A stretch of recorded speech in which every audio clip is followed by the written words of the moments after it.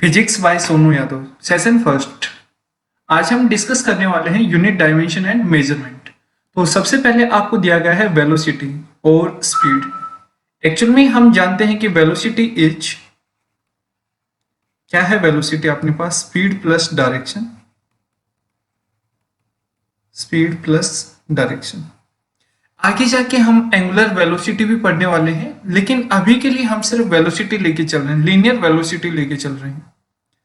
अब स्पीड आप क्या जानते हो बेटा? डिस्टेंस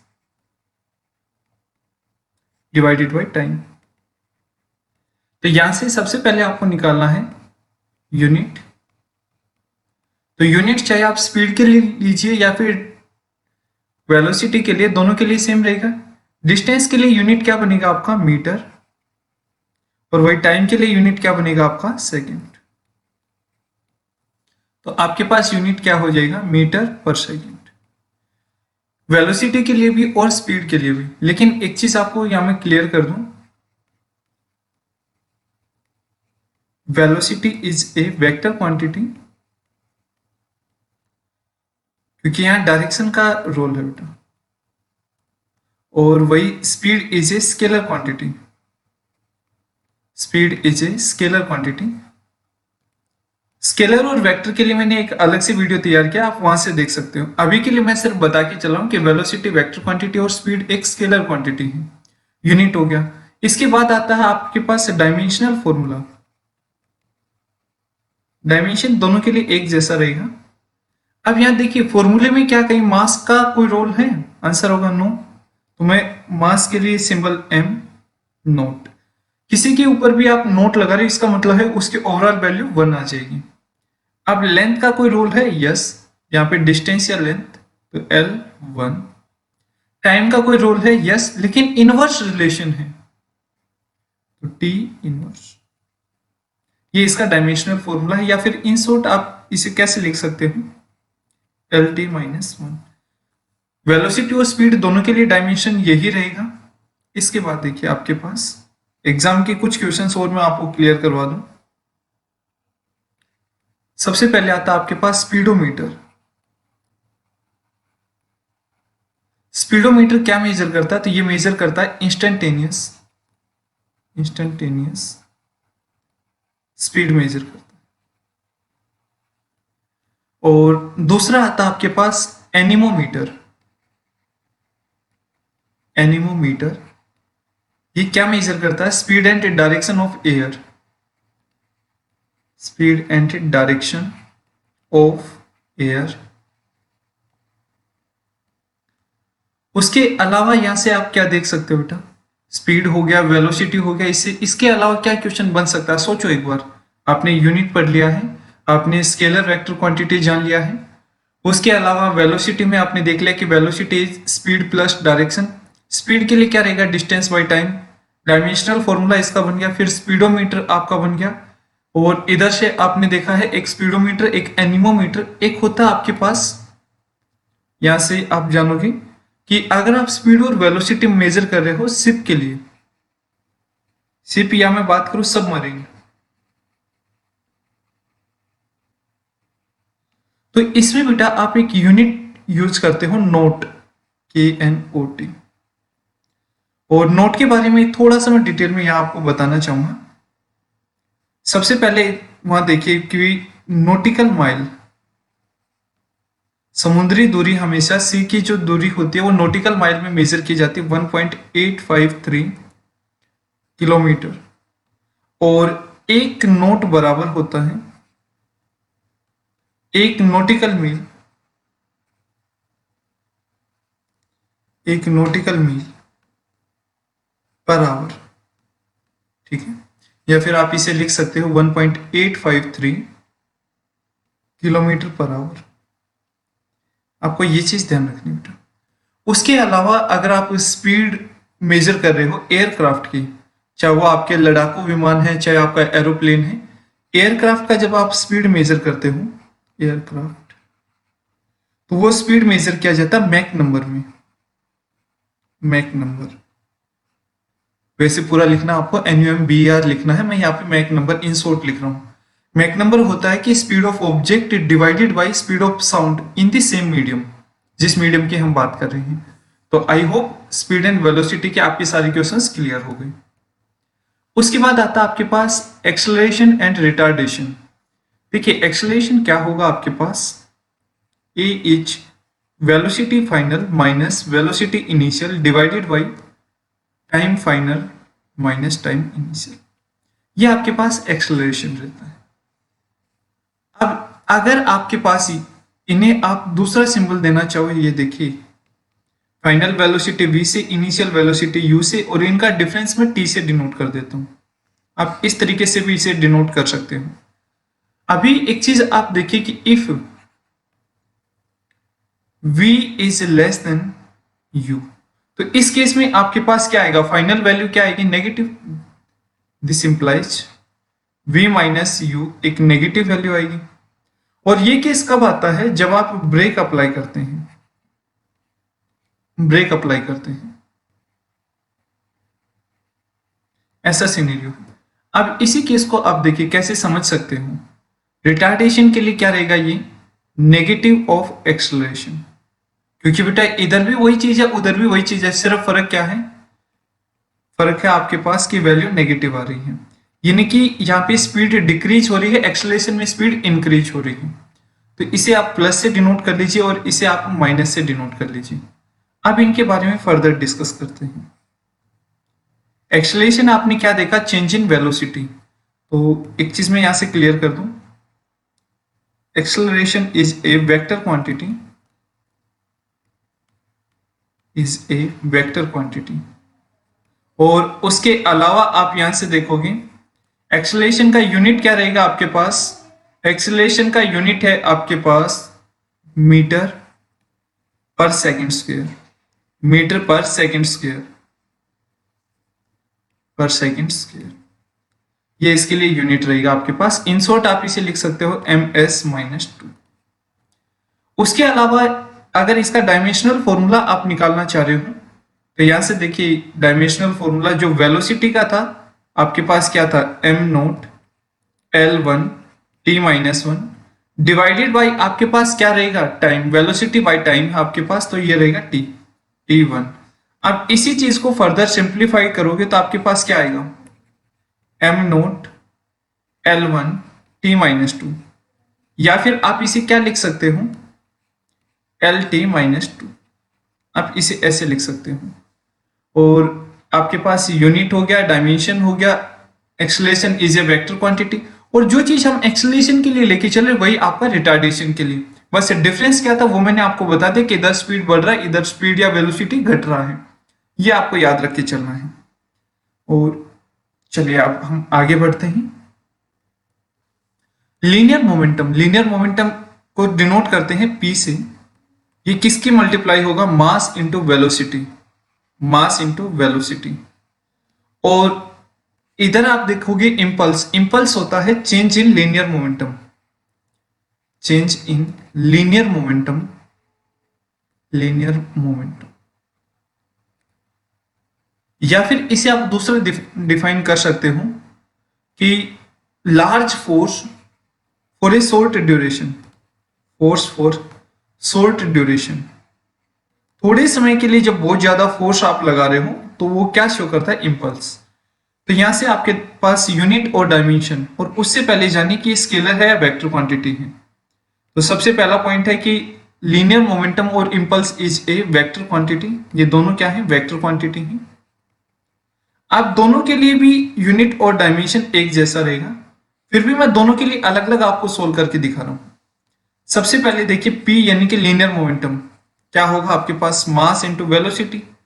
मास के लिए आपका डायमेंशन हो जाएगा m, और वेलोसिटी के लिए LT-1। आपने निकाला किसके लिए, डायमेंशन P के लिए, P का डायमेंशन आपके पास ये रहा। और यूनिट अगर निकालोगे आप तो यूनिट क्या बन जाएगा P के लिए, मास का हो गया किलोग्राम, वेलोसिटी का मीटर पर सेकेंड। वहीं दूसरी तरफ आप देखो इंपल्स के लिए, इंपल्स आपके पास किसकी मल्टीप्लाई है, force for short duration, F short duration यानी कि T, फोर्स इंटू टाइम आपके पास। अब फोर्स क्या होता है, हमें पता है फोर्स बराबर होता है एम ए इंटू क्या होगा, शॉर्ट टाइम टी। अब यहां से देखिए मास के लिए आपका क्या बनेगा एम, एक्सेलरेशन के लिए क्या बनेगा एल टी माइनस टू, और इंटू आपके पास टाइम टी है तो ये क्या हो जाएगा टी। तो यहाँ पे प्लस वन और यहाँ माइनस टू, फाइनली आपके पास क्या आ जाएगा dimension M L T minus one. तो आपको यहां से क्लियर हो गया कि लीनियर मोमेंटम और इम्पल्स डायमेंशनली दोनों सेम है। अब अगर इनकी यूनिट की मैं बात करूं, इम्पल्स का यूनिट, तो इसका यूनिट हो जाएगा आपके पास, फोर्स का यूनिट क्या रहता है न्यूटन, तो एक तो हो गया आपके पास न्यूटन सेकंड, न्यूटन सेकंड। वहीं आपको एक चीज और क्लियर हो रही है यहां से, अगर आप देखो एक्सेलरेशन को क्या लिख सकते हो आप, ए क्या हो सकता है आपके लिए वेलोसिटी बाई टाइम, तो टाइम से टाइम कैंसिल हो जाएगा, मास इनटू वेलोसिटी यानी कि यही आ रहा है, तो और आपके पास क्या हो जाएगा किलोग्राम मीटर पर सेकेंड, ये आपके पास आ रहा है। तो यहां से आपने लीनियर मोमेंटम और इंपल्स दोनों को समझा है। उसके बाद आ रहा है आपके पास फोर्स, तो फोर्स के बारे में जानिए। सबसे पहले फोर्स या तो एक्ट करता है पुल या फिर एक्ट करता है पुश के रूप में, पहला पॉइंट। उसके बाद फोर्स को आप कैसे डिफाइन करते हो, न्यूटन के दूसरे नियम के रूप में, force in change in linear momentum with respect to time. तो यहां से आपके पास क्या रिलेशन आया था, F is equal to M A, ये आता है 9th क्लास में जो आपने पढ़ा था Newton second law of motion, Newton second law of motion, यहां से आता है आपके पास। उसके बाद नेक्स्ट पॉइंट क्या बन रहा आपके पास, फोर्स हो गया, वेट हो गया। यहां से अगर मैं देखूं force is a vector quantity, force is a vector quantity, क्योंकि ये स्केलर एडिशन को फॉलो नहीं करते हैं, वेक्टर एडिशन को फॉलो करते हैं। वेक्टर एडिशन के लिए एक अलग से वीडियो बनाया गया है जिसमें आप देखोगे ट्रायंगल लॉ या फिर parallelogram law of vector addition और बेसिक जो वेक्टर एडिशन रहता है। उसके बाद आपको यहां से क्या देखना है, इसका यूनिट। तो यूनिट में आपके पास एक तो हो जाएगा एसआई यूनिट, एसआई यूनिट इसके लिए हो गया है न्यूटन। एक यहां आप देखोगे सीजीएस यूनिट। अब यहां थोड़ा सा आपको जानना है, मैं यहां पे ऊपर लिख देता हूं बेटा, जो आपको अलग से जानना है।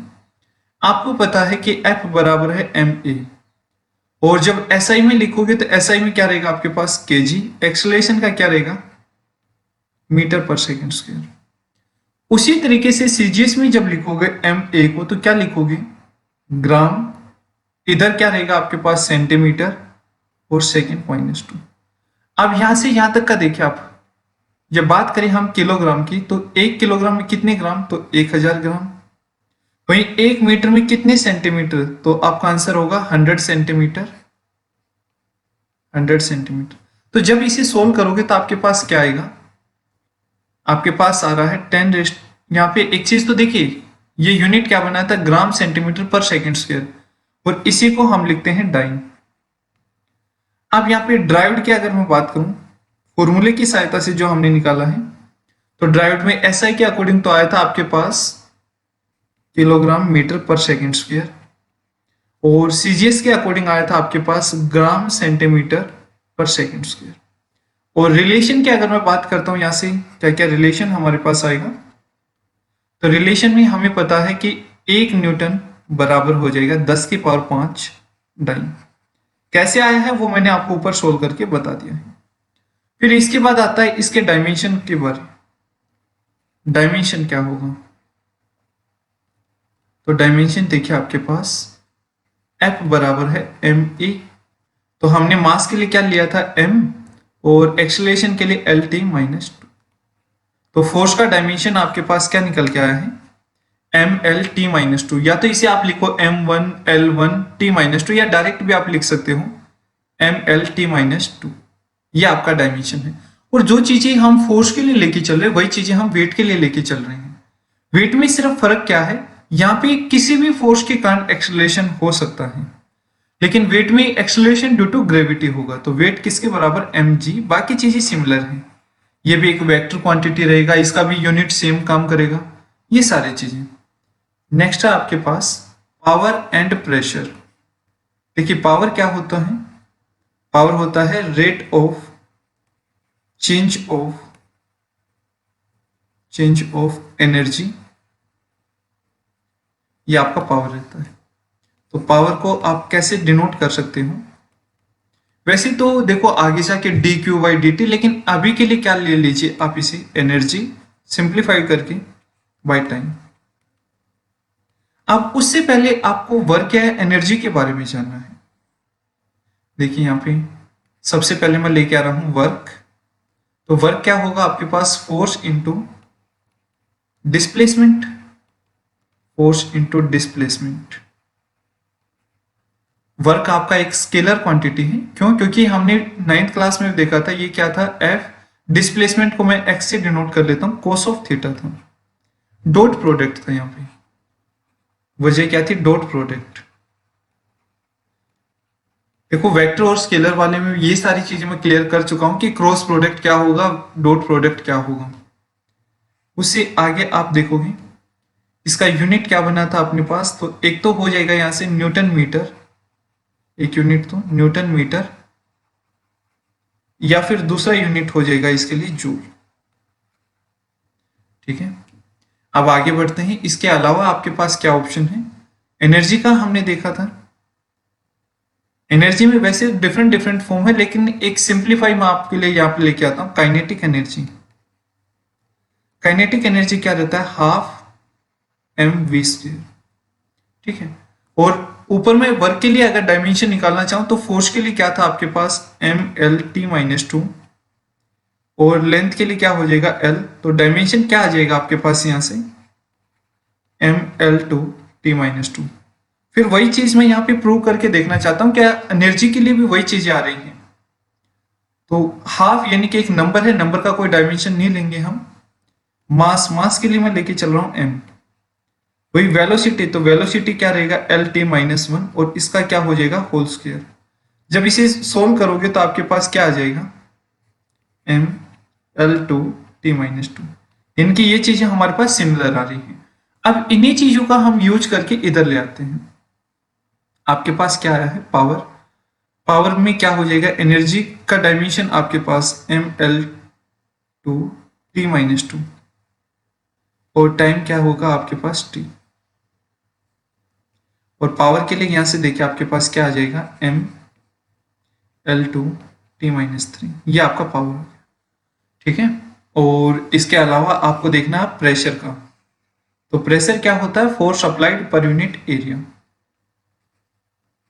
प्रेशर का आपका हो जाएगा force per unit area, force applied per unit area. और बच्चों अगर पीछे जो छूट गया है उसे कंप्लीट करोगे तो क्या क्या हो सकता है, पावर का यूनिट। तो पावर का एक तो यूनिट हो गया आपके पास वाट, और एक यूनिट आपके पास हो गया क्या, इधर से आप देखोगे प्रेशर वाट, नहीं सॉरी, इधर से आप देखोगे जूल पर सेकेंड,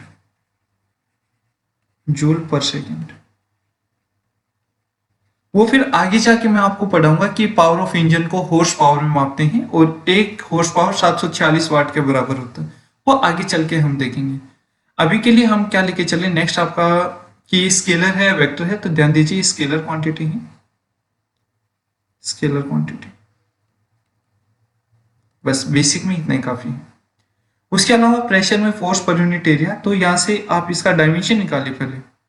फोर्स का डायमेंशन है M L T minus two, और वहीं एरिया का डायमेंशन रहेगा आपके पास एल स्क्वायर। तो दोनों को जब आप सोल्व करोगे इज इक्वल टू, तो क्या बनेगा, M L minus one T minus two, ये आपके पास डायमेंशन आ रहा है। और इसके अलावा इसका यूनिट आप देखोगे तो यूनिट आपको पता बेटा, ऐसा यूनिट इसका क्या हो जाएगा, पास्कल। इसके अलावा देखिए इसकी डिफरेंट यूनिट्स, जैसे एटमॉस्फेरिक प्रेशर के लिए आप यूज कर सकते हो बार का, या फिर आप यूज कर सकते हो वहां पे एटमॉस्फेयर, या फिर टोर यूज कर सकते हो। वो सारी चीजें फिर हम फर्दर आगे जब चैप्टर में डिस्कस करेंगे तब वो सारी चीजें डिस्कस करेंगे। अभी के लिए अगर मैं बात करूं वर्क और एनर्जी, वर्क और एनर्जी इधर से, तो इनमें आपको क्या देखना है, दोनों एक स्केलर क्वांटिटी है, स्केलर क्वांटिटी। और एक चीज और जान लीजिए, इनकी जो सीजीएस यूनिट होगी, सीजीएस यूनिट वो होती है अर्ग, ERG। और 1 जूल बराबर होगी आपके पास 10⁻⁷ अर्ग।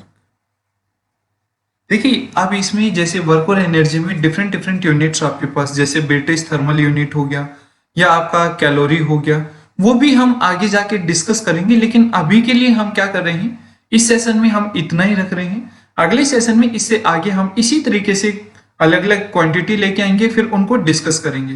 लास्ट में जब मैं मेजरमेंट की बात करूंगा, मेजरमेंट और डेरिवेशन के, यानी कि आपस में कैसे इन यूनिट्स को ड्राइव कर सकते हैं, एक दूसरे से रिलेट कर सकते हैं, तब वो सारी चीजें और जो फर्दर रिलेशन है आपके, वो सारी चीजें कंप्लीट हो जाएंगी। So thanks for watching this, thank you.